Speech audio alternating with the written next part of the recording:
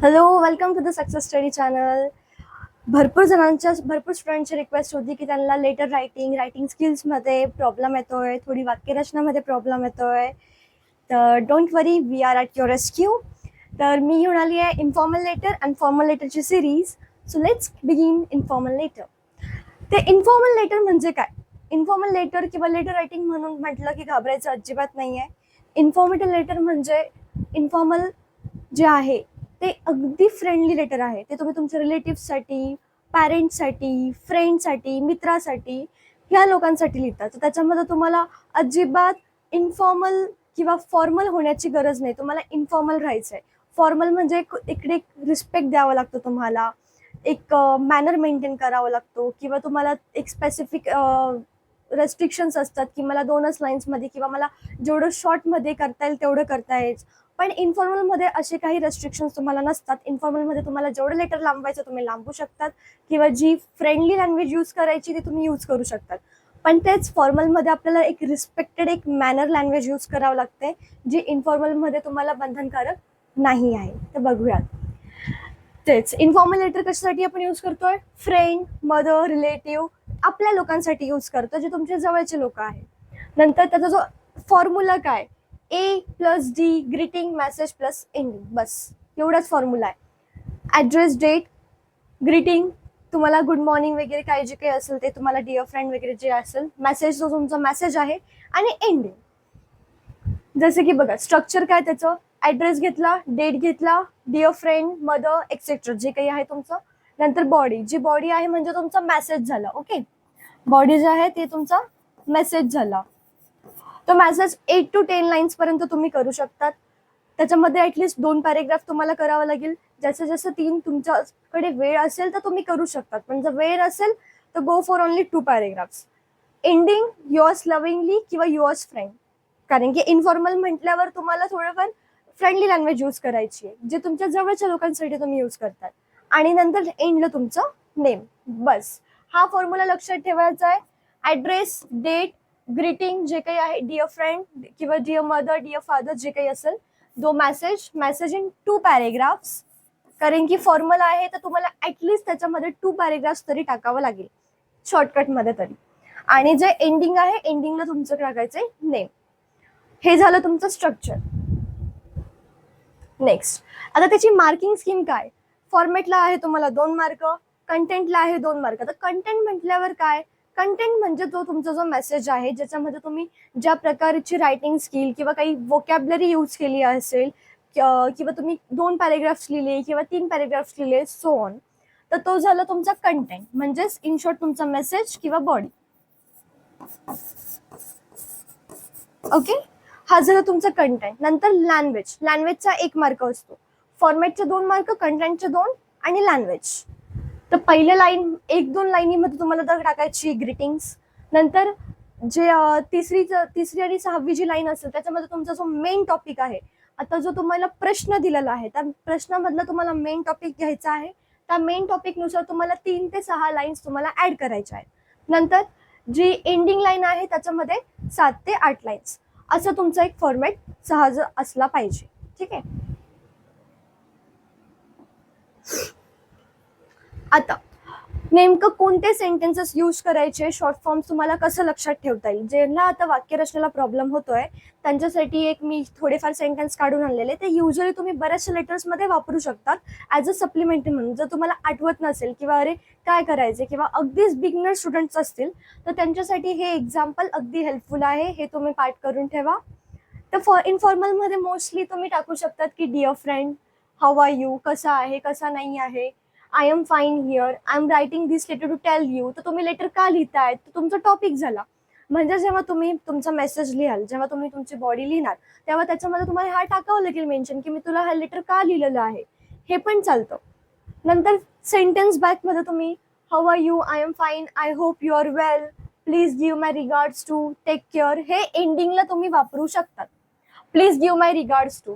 आता जेव्हा तुम्ही तुझ्या मित्राला सपोज लेटर लिहिलंय, तर माझ्या मित्राला मी सांगेल की अरे बाबा तुझे घरचे कसे आहेत. सपोज मला माझ्या मैत्रिणीला मी लेटर लिहिलंय आणि तिचे आई वडील पण माझे खूप क्लोज आहे किंवा तिच्या बहीण भाऊ पण माझे खूप क्लोज आहे. मग मी त्यांना सांगेल please give my regards to your parents or your sister, your brother, किंवा any kind of relative. Okay, हे तुम्ही यूज करू शकतात एंडिंगला.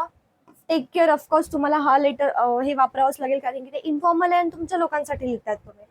तर हे झाले थोडेफार काही सेंटेन्सेस ज्याच्यातून तुम्हाला हेल्प होऊ शकते. स्टार्टिंगला एंडिंगला तुम्ही हे वापरू शकता. इन्फॉर्मल मध्ये जेवढी सिम्पल लँग्वेज तुम्ही ठेवाल तेवढं तुमचं इझी जाणार आहे कंटेंट. हे एक आपण एक फॉर्मॅट घेतलेला आहे. त्याच्यामध्ये तुम्हाला लेटर लिहायचं आहे, letter to your friend about your village. आता टॉपिक काय, अबाउट युअर विलेज. तसंच तुम्हाला जो प्रश्न येणार तो 3 ते 4 लाईन मध्ये येणार, पण त्या 3 ते 4 लाईन मध्ये तुमचा मेन टॉपिक काय ते तुम्हाला बघायचं आहे. टॉपिक भरकटायचा नाही आहे, वायफळ अजून काही लिहायचं नाहीये, मेन टॉपिकवर यायचं. जो टॉपिक आहे तो मांडायचा. तर ॲज अ स्ट्रक्चर तुमचा ॲड्रेस झाला, डेट झाली, ॲड्रेस झाला, डेट झाली, इकडे तुमचं ग्रीटिंग्स झाल्या. नंतर आला मी जसं तुम्हाला सेंटेन्स सांगितले की हाऊ आर यू. ठीक आहे, झालं. नंतर I am fine here, hope you are also doing well, तू पण चांगला करतोयस वगैरे. हे झालं तुमचं मेन बॉडी, मेन मेसेज इथेच झाला. ओके, जेवढा असेल पॉसिबल 2 पॅरेग्राफ्स मध्ये करू शकतात. आणि पॅरेग्राफ जर झाला असं तर तुम्ही शक्यतो लाईन पण सोडू शकतात, अजून क्लीन वाटतं ते. इथे मी सोडलेली नाहीये तसं. तर हा एक पॅरेग्राफ झाला. नंतर इथे मी सेकंड एंडिंगचा पॅरेग्राफ घेतला आहे की there is small school and temple in the village, I love my village very much, I invite you to visit my village during holidays. आली मेन टॉपिकवर. एंडिंगला तुम्हाला क्लोज करायचं आहे, मग तुम्ही त्याला इन्व्हिटेशन दिलंय की हा तू पण ये माझ्या गावाला, किंवा आणि आपण खूप जास्त एन्जॉय करू वगैरे. नंतर युअर्स लव्हिंगली, मेन जो एंडिंग करताल तर त्याच्यामध्ये युअर्स लव्हिंगली आणि तुमचं नाव आलं पाहिजे. आता हे मी अनुष्का दिलंय, तर तुम्ही द्यायचं नसेल नाव तर तुम्ही त्याच्याऐवजी XYZ सुद्धा यूज करू शकता. XYZ असं, किंवा तुमचं एखादं रँडम नाव तुम्ही टाकू शकता. तर हे झालं तुमचं इन्फॉर्मलचं एक्झॅक्ट फॉर्मॅट. लाईन टच असेल, इथेच लाईनला प्रॉपर एका लाईनीमध्येच तुम्हाला सगळं फॉर्मॅट घ्यायचं आहे स्ट्रक्चरनुसार. कुठेच काहीच इकडे तिकडे फॉर्मॅट तुम्हाला चुकवायचा नाही आहे. असा जो फॉर्मॅट आहे हाच तुम्हाला एक्झाम मध्ये असं फॉर्मॅट नुसार तुम्हाला लिहायचं आहे. आता तुम्ही कॉमन मिस्टेक्स काय करू शकता, तर तुम्हाला मिस्टेक्स पासून वाचवण्यासाठी मी काही पॉइंटर्स दिले. फॉर्मल लेटर नाही आपलं, इन्फॉर्मल लेटर आहे. तर रिस्पेक्टेड सर वगैरे ह्याच्या वांद्यात पडायचं नाही. Do not use a subject. Subject जेव्हा तुम्ही आपण मोस्टली फॉर्मलमध्ये सब्जेक्ट हा वापरतो की तुमचा सब्जेक्ट काय आहे तुम्ही सांगतात त्यांना. ठीक आहे, तर ते पण तुम्हाला यूज करायचं नाहीये. आणि मेन पॉइंट म्हणजे तुम्हाला जास्त शॉर्ट ते बनायचं नाहीये, कारण की इन्फॉर्मल लेटर सहजासहज 3 पॅरेग्राफचं असतं. जसं जसं तुम्ही 2 पॅरेग्राफ तुमच्याकडे टाइम नसेल म्हणून तुम्ही त्या 2 पॅरेग्राफ्समध्ये त्याला वाढवू शकतात. ठीक आहे, तर जास्त शॉर्ट नकोय, तिथेच तुमचा मार्क जाईल. इन्फॉर्मल हे मोठंच असतं. नंतर do not use very formal language. Informal आहे, फ्रेंडली लँग्वेज यूज करायची. तर तुम्हाला फ्रेंडली लँग्वेजवर फोकस करायचा आहे.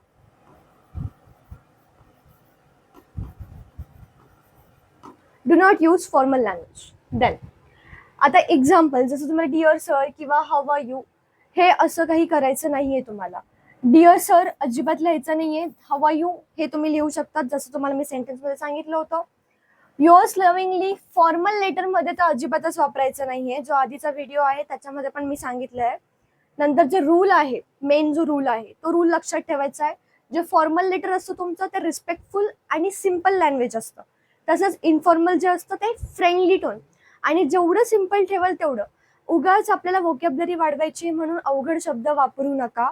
जेवढं शॉर्टकट सिम्पल तुम्ही ठेवाल तेवढं तुमच्याकडे टाइम पण सेव्ह होईल आणि तुमचं लेटर पण कम्प्लीट होईल आणि 5 मार्क तुमचे होणार.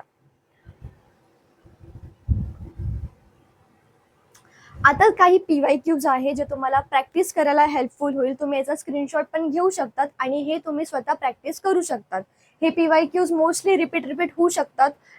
SSC स्कूलचे जे काही स्टुडंट्स आहेत त्यांच्या बरेचशा हे जे PYQs आहे ते रिपीट झालेले. PYQs म्हणजेच प्रिव्हियस इयर क्वेश्चन्स. हे तुमच्या प्रॅक्टिससाठी आहे आणि आवर्जून तुम्ही याच्यावर प्रॅक्टिस करा.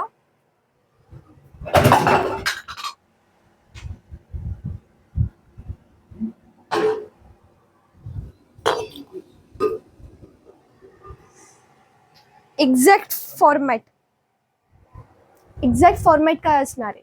Feature tone, subject, salutation. आता सॅल्युशन म्हणजेच काय, सर, मॅडम किंवा डिअर नेम, हे झालं तुमचं सॅल्युशन. फॉर्मल लेटरमध्ये तुम्हाला रिस्पेक्टफुल टोन ठेवायची, तुमचं टोन जे असणार आहे ते रिस्पेक्टफुल असणार आहे. सब्जेक्ट, येस सब्जेक्ट लागणार आहे. सॅल्युशन म्हणजे तुम्हाला सर किंवा मॅडम.